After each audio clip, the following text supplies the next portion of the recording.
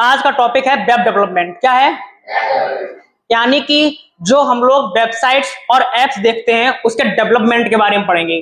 कैसे करके वो बनाई जाती है, उसमें क्या क्या यूज होता है और कैसे करके उसका स्ट्रक्चर, उसकी ब्यूटी और उसकी फंक्शनिंग को हम समझते हैं। ठीक है, सुनो। वेब डेवलपमेंट यानी डेवलपमेंट किसका डेवलपमेंट, और एक होता है ऐप डेवलपमेंट यानी कि एप्लीकेशन का डेवलपमेंट। वेब डेवलपमेंट जो है वो यूज होगा आपका किसमें? विंडोज में। किसमें? जो आपके लैपटॉप में ओएस होता है विंडोज का होता है। किसका होता है? या तो विंडोज या फिर लिनक्स। क्या? ठीक है, दो टाइप्स के ओएस है। क्या है? यानी ऑपरेटिंग सिस्टम। पहला विंडोज है, सेकंड लिनक्स है। तो जब विंडोज और लिनक्स में हम वेब डेवलपमेंट पढ़ते हैं तो वेब डेवलपमेंट के दो फेज होते हैं। कितने फेज? एक होता है फ्रंट एंड, सेकंड होता है बैक एंड। क्या होता है? अब बहुत ध्यान सुनना, कोई भी वेबसाइट जो हमने अभी तक यूज की है उसमें जो हम देखते हैं एज अ यूजर, कैसे? दो ही लोग कर सकते हैं यूज, या तो यूजर यूज करेगा या फिर डेवलपर। कौन? यूजर और डेवलपर। तो एज अ यूजर हम जब भी कोई भी वेबसाइट यूज करते हैं तो हम क्या चीज देखते हैं? फ्रंट एंड को। किसको? ठीक है, यानी कि किसी भी वेबसाइट का जो फेज हमें दिखाई पड़ता है, अमेजॉन ले लीजिए, फ्लिपकार्ट ले लीजिए, इंस्टाग्राम, क्रोम, व्हाट्सएप, कोई भी वेबसाइट, उसका जो फेज हमको दिखाई पड़ रहा है, जो फेज एज अ यूजर हम यूज कर रहे हैं, उसे बोलते हैं फ्रंट एंड। क्या बोलते हैं? और सेकंड फेज जिसे एक डेवलपर यूज कर रहा है, कौन? उसे क्या बोलते हैं? Back and. क्या बोलते हैं? अब बात सुनो, फ्रंट एंड में क्या होता है? क्या होता है फ्रंट एंड में? जो भी यूजर्स के लिए चीजें वेबसाइट में डेवलप की गई हैं वो आता है फ्रंट एंड में। किसमें? और कौन सा प्लेटफॉर्म यूज हुआ है, कौन सी प्रोग्रामिंग की गई है, कौन सी कोडिंग की गई है, ये सारा का सारा पार्ट किसमें आएगा? बैक एंड में। ठीक है, एक यूजर को मतलब होता है सिर्फ फ्रंट एंड से। किससे? और डेवलपर को दोनों से। ठीक है, और जो डेवलपर वाला पार्ट है, बैकएंड वाला पार्ट है, उसका यूजर से कोई भी लेना देना नहीं होता। ठीक है, समझ गए? नेक्स्ट, अब आते हैं फ्रंट एंड पे। किस पे? ध्यान सुनना, फ्रंट एंड पे। फ्रंट एंड यानी वो पार्ट जो एज अ यूजर हम यूज कर रहे हैं। फ्रंट एंड में तीन चीजें होती हैं। एक होता है HTML। क्या होता है? सेकंड होता है CSS, थर्ड होता है जावास्क्रिप्ट। ठीक है, इसको शॉर्ट में JS भी बोलते हैं। ठीक है, अब सुनो, किसी भी वेबसाइट पर जो भी आप कंटेंट लिखा हुआ देखते हैं, कैसा कंटेंट? जो भी कंटेंट लिखा हुआ देखते हैं वो कंटेंट किससे लिखा जाता है? HTML से। किससे? इसकी फुल फॉर्म होती है हाइपर टेक्स्ट मार्कअप लैंग्वेज। कौन सी लैंग्वेज? HTML से हम एक वेबसाइट का स्ट्रक्चर बनाते हैं। क्या बनाते हैं? और कोई भी कंटेंट और जो टेक्स्ट होता है वो HTML से लिखा जाता है। ठीक है, तो HTML क्या काम करता है? स्ट्रक्चर देने का। किसका? किसे? वेबसाइट को। किसे? समझ गए? नेक्स्ट आता है CSS। क्या? फुल फॉर्म क्या होती है? Cascading style sheet. यानी कि अब जो वेबसाइट में जो भी खूबसूरती की गई है, जो भी स्टाइलिंग की गई है, कुछ आप देखते होंगे, कुछ पेज ऐसे होते हैं जो थोड़ा सा साइन कर रहे होते हैं, है ना, स्टाइलिंग होती है, कलरफुल होते हैं, वो सारा काम किससे होता है? CSS से। थर्ड है जावास्क्रिप्ट। क्या है? ये काम करती है फंक्शनिंग का। किसका? कि कोई भी बटन प्रेस करने पर कौन सा फंक्शन होगा वो सारा कौन हैंडल करता है? ठीक है, सुनो अब एग्जांपल से।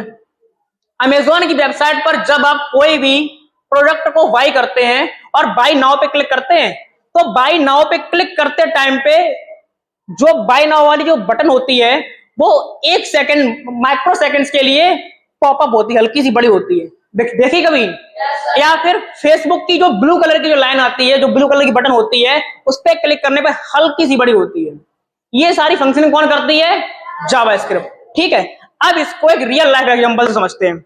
सपोज आप एक रेस्टोरेंट में जाते हैं, ठीक है, रेस्टोरेंट में आप कहां पर बैठते हैं? कहां पर? डाइनिंग एरिया में। किसमें? डाइनिंग एरिया जो होता है वो रेस्टोरेंट का सबसे ज्यादा ब्यूटीफुल प्लेस होता है, वहां पर आप बैठते हैं। उसकी जो स्टाइलिंग है कि भाई कोई भी टेबल यहां पे रखी होगी, ऐसे स्ट्रक्चर सेम होगा, खूबसूरती होगी, झूमर लगे होंगे, स्टाइलिंग होगी डाइनिंग एरिया में। तो ये क्या हो गया उसका? CSS। क्या हो गया? अब जो उसका स्ट्रक्चर्स है, कौन सी टेबल्स हैं, कौन सी फर्नीचर यूज की गई है, कौन सी झूमर यूज की गई है, ये सारा क्या है उसका? HTML वाला पार्ट। किसका?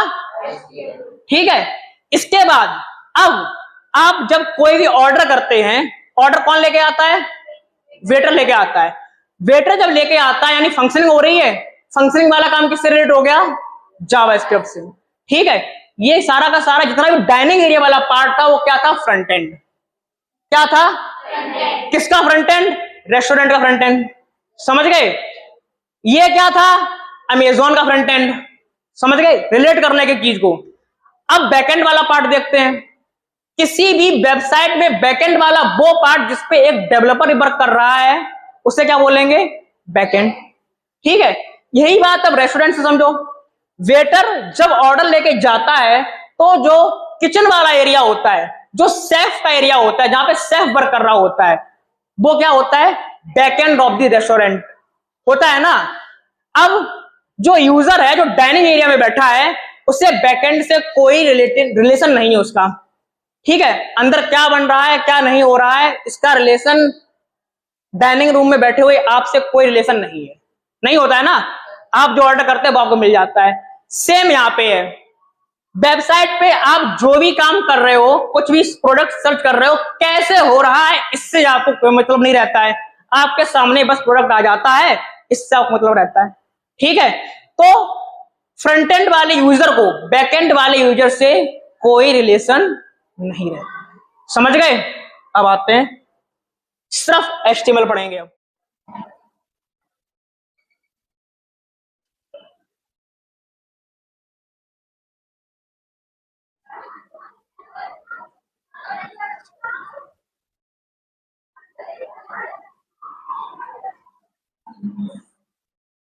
Topic related to the web development जिसका नेम है HTML। क्या है? HTML यानी कि हाइपर टेक्स्ट मार्कअप लैंग्वेज। कैसी लैंग्वेज? एक एक वर्ड को पहले ध्यान से सुनना, उसके बाद इसका स्टार्ट करते हैं। हाइपर का मतलब होता है लिंक। क्या होता है? यानी कि एक पेज को दूसरे पेज से लिंक करना। ठीक है, आपने देखा होगा कि कोई भी वेबसाइट जब हम यूज करते हैं, नीचे आने के बाद रीड मोर पे क्लिक करते हैं या फिर नेक्स्ट पेज पर जाने के लिए नेक्स्ट का ऑप्शन आता है, उस पे क्लिक करने से हम नेक्स्ट पेज पर चले जाते हैं। ठीक है, तो जब दो या दो से ज्यादा वेब के पेजेस एक दूसरे से रिलेट होते हैं, लिंक होते हैं, तो उसे हम बोलते हैं हाइपरलिंक। क्या बोलते हैं? ठीक है, देन है टेक्स्ट। टेक्स्ट में क्या होता है? जो भी हम स्ट्रक्चर देना चाह रहे हैं उसको, जो भी हम टेक्स्ट उस पे लिखना चाह रहे हैं वो सारा का सारा क्या होगा? टेक्स्ट में आएगा। ठीक है, तो HTML एक ऐसी लैंग्वेज है जो किसी भी वेबसाइट को स्ट्रक्चर और कंटेंट देने का काम करती है। ठीक है, अब सुनो, इससे क्या होता है? एक डॉक्यूमेंट क्रिएट होता है। क्या होता है?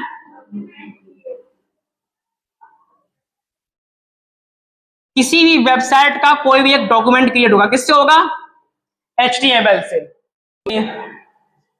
जब भी हम किसी वेबसाइट पर कोई भी रिक्वेस्ट भेजते हैं, ठीक है, तो हमको 3 फाइल्स वहां से रिस्पॉन्ड में आती हैं। कितनी फाइल्स? एक तो फाइल होगी HTML की, सेकंड फाइल CSS की और थर्ड फाइल JS की। ये 3 फाइल्स हमको मिलती हैं। ये तीनों फाइल कंबाइन होने के बाद हमको एक वेबसाइट एक वर्किंग लोड में यूजफुल करने के लिए मिलती है। ठीक है, अब सुनो आगे। हाइपर टेक्स्ट मार्कअप लैंग्वेज से जो भी हम डॉक्यूमेंट बनाएंगे उस डॉक्यूमेंट का एक प्री डिफाइंड फॉर्मेट होगा। कैसा फॉर्मेट? यानी कि एक ऐसा फॉर्मेट जो पहले से ही डिसाइडेड है कि इसी फॉर्मेट में आप उसकी प्रोग्रामिंग करेंगे, इसी फॉर्मेट में आप इसकी कोडिंग करेंगे, तभी वो होगा। ठीक है। इनिशियल फेज में अभी जो हम HTML का प्रैक्टिकल करेंगे वो किस ऐप पर करेंगे? नोटपैड पर। किस पे? ठीक है, नोटपैड पर हम सारी की सारी कोडिंग और प्रोग्रामिंग HTML की लिखेंगे। ठीक है। इस फाइल को जब हम सेव करेंगे तो उसका जो एक्सटेंशन होगा वो होगा .html। क्या होगा? ये क्या है? एक्सटेंशन। क्या है? किसी भी फाइल को सेव करने का एक एक्सटेंशन होता है। ठीक है। डॉक फाइल होती है, डॉक्स फाइल होती है, वैसे ही HTML की फाइल का एक्सटेंशन क्या है? .html। ठीक है। जैसे ही हम .html फाइल से कोई भी फाइल सेव करेंगे तो आपके डेस्कटॉप पर, जो लैपटॉप का या कंप्यूटर का डेस्कटॉप होगा, उस पर एक फाइल का लोगो आ जाएगा ऐसे करके। ठीक है। उस फाइल के लोगो में जो स्ट्रक्चर बना होगा वो उस ब्राउजर का बना होगा जो आप यूज कर रहे हैं। ठीक है। जनरली हम ब्राउजर यूज करते हैं क्रोम। क्या यूज करते हैं? तो जो फाइल सेव होगी वो क्रोम के लोगो में सेव होगी। ठीक है। इस फाइल को फिर हम डबल क्लिक करेंगे और डबल क्लिक करने के बाद क्या होगा? फाइल ओपन होगी और उस वेबसाइट को हम ओपन कर लेंगे जो वेबसाइट हम HTML के थ्रू बनाएंगे। ठीक है। इसका जो प्री डिफाइंड फॉर्मेट है वो क्या है? HTML जो है वो टैग्स से मिलकर बनी होती है। किससे? टैग्स से। किससे? टैग्स जो होंगे वो दो टाइप्स के होंगे। एक तो ओपन और क्लोजिंग टैग होंगे। कैसे? ओपन और क्लोज टैग, जो कि ऐसे करके ओपन होंगे, ठीक है, और ऐसे करके क्लोज होंगे। समझ रहे हो? ठीक है। इन्हें बोलते हैं एंगुलर ब्रैकेट। क्या? जो इस टाइप के ब्रैकेट लगाएंगे उन्हें क्या बोलते हैं? Angular bracket. यहां से ओपन हो रहा है और ये साइन लगाने से एंगुलर ब्रैकेट कैसा हो रहा है? क्लोज हो रहा है। सेकंड होता है सेल्फ क्लोजिंग टैग। क्या? Self closing tag. इन टैग में सिर्फ और सिर्फ हम एंगुलर ब्रैकेट ओपन करेंगे, क्लोज नहीं करेंगे। क्यों? क्योंकि ये सेल्फ क्लोजिंग टैग है। समझ गए? अब सुनो ध्यान से। इसका जो स्ट्रक्चर होगा वो कैसा होगा? सबसे पहले हम लिखेंगे डॉक टाइप। क्या लिखेंगे? ऐसा क्यों लिखेंगे? जब हम स्ट्रक्चर डिफाइन करते टाइम पे डॉक टाइप लिख देंगे तो हमारे ब्राउजर को पता चल जाएगा कि ये जो फाइल है वो डॉक्यूमेंट टाइप की है। कैसी है? किसे पता लगेगा? ब्राउजर को। किसे? कौन सा ब्राउजर? क्रोम। ठीक है। इसके बाद इसमें लिखते हैं HTML। क्या? HTML। ये देख रहे हो, इसको मैंने ओपन तो कर दिया लेकिन क्लोज नहीं किया ना, तो ये कैसा टैग हो गया? Self closing tag.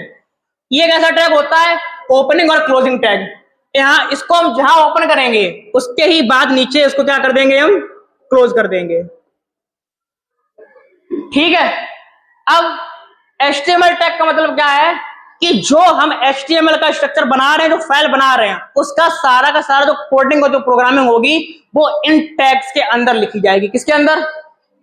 कौन सा टैग है ये? HTML tag. ठीक है। इसके बाद एक सेकंड टैग आता है हेड टैग। कैसा?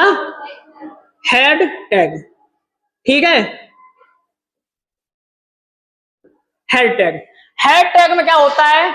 जो डॉक्यूमेंट का नाम होता है, जो डॉक्यूमेंट का टाइटल होता है, वो किस में लिखा जाता है? हेड टैग में। किसमें?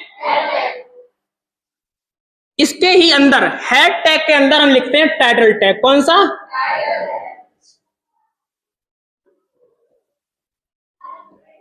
समझ रहे हो? अब बात करो ध्यान से। जब हम क्रोम यूज करते हैं उसमें जब कुछ भी सर्च करते हैं, ऊपर साइड जाकर बिल्कुल कोने पर ऐसे करके एक सिंबल आता है और यहाँ पे कट का साइन लगा होता है। होता है ना? और यहाँ पर कुछ लिखा होता है। ठीक है। यहाँ पर क्या लिखा होता है? उस डॉक्यूमेंट का टाइटल। क्या? वो टाइटल कहां पे लिखा जाता है? HTML पेज के हेड टैग के अंदर टाइटल वाले टैग में। कहां पर? HTML पेज के हेड टैग के अंदर टाइटल वाले टैग में। समझ रहे हो? यहां पे क्या लिखा जाएगा? Title of the web page. किसका? ठीक है, आगे सुनो।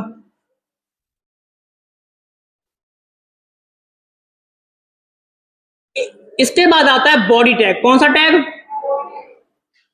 ये कैसा टैग होगा? ओपनिंग और क्लोजिंग टैग। ठीक है, पहले हमने कौन सा टैग लिखा था? HTML टैग, उसके बाद हेड टैग, उसके बाद टाइटल टैग। अब सुनो, हेड टैग के जस्ट नीचे आता है बॉडी टैग। कौन सा टैग? Body tag. अब उस वेबसाइट के पेज पर, किसके पेज पर? उस पेज पर जो भी कुछ लिखा होगा, जो भी कुछ, जैसा भी टैग देखा होगा, वेबसाइट पे फोटोज भी लगी होती हैं, इमेजेस भी होती हैं, फोटोज, टेक्स्ट भी होते हैं और वीडियोस भी होती हैं। तो सारा का सारा जितना भी कंटेंट उस वेब पेज का होगा, वो सारा का सारा किसमें लिखा जाएगा? बॉडी टैग के अंदर। ठीक है, इसके अंदर सब कुछ लिखोगे। इसके बाद एक और टैग आता है हेडिंग टैग। कौन सा टैग? Heading tag. इसमें सुनो एक बहुत ही अच्छी बात, हेडिंग टैग से क्या होता है? वेबसाइट पर आपने हेडिंग्स देखी होंगी, देखिए, तो वो जो हेडिंग्स लिखी होती हैं वो किस टैग से लिखी होती हैं? हेडिंग टैग से। किससे? हेडिंग टैग वेरी करते हैं फ्रॉम H1 टू H6। किससे? H1 से लेकर के H6 तक। समझ रहे हो? अब सुनने का मतलब क्या है? आपने देखा होगा जो वेबसाइट पर जो हेडिंग्स पड़ी होती हैं, कहीं बहुत ज्यादा बोल्ड होती हैं, कहीं थोड़ी सी कम बोल्ड, फिर कम बोल्ड और बिल्कुल कम बोल्ड। देखिए ना, जिन्हें सब हेडिंग्स बोलते हैं। एक हेडिंग होती है, फिर सब हेडिंग होती है, फिर उसके नीचे सब हेडिंग होती है। ऐसे देखा है ना? वो बनता है हेडिंग टैग से। H1 का मतलब होता है बोल्डनेस। क्या? H1 का मतलब हुआ सबसे ज्यादा बोल्ड, फिर H2 कम बोल्ड, H3 उससे कम बोल्ड, ये वेरी करता है H6 तक। किस तक? ठीक है, H1 यानी कि सबसे ज्यादा बोल्ड और H6 मतलब सबसे कम बोल्ड। ठीक है, आगे सुनो। इसी के साथ एक आता है फॉन्ट टैग। कौन सा टैग? फॉन्ट टैग में क्या होता है? फॉन्ट टैग में जो भी हम फॉन्ट लिख रहे हैं, वेबसाइट पर जो भी फॉन्ट लिख रहे हैं, वो लिखा जाएगा फॉन्ट टैग में। किसमें? और इस फॉन्ट टैग में एट्रीब्यूट्स होते हैं। क्या होते हैं? यानी कि प्रॉपर्टी। क्या? प्रॉपर्टी। तो फॉन्ट की क्या क्या प्रॉपर्टी है वो किसमें लिखी जाएंगी? फॉन्ट टैग में।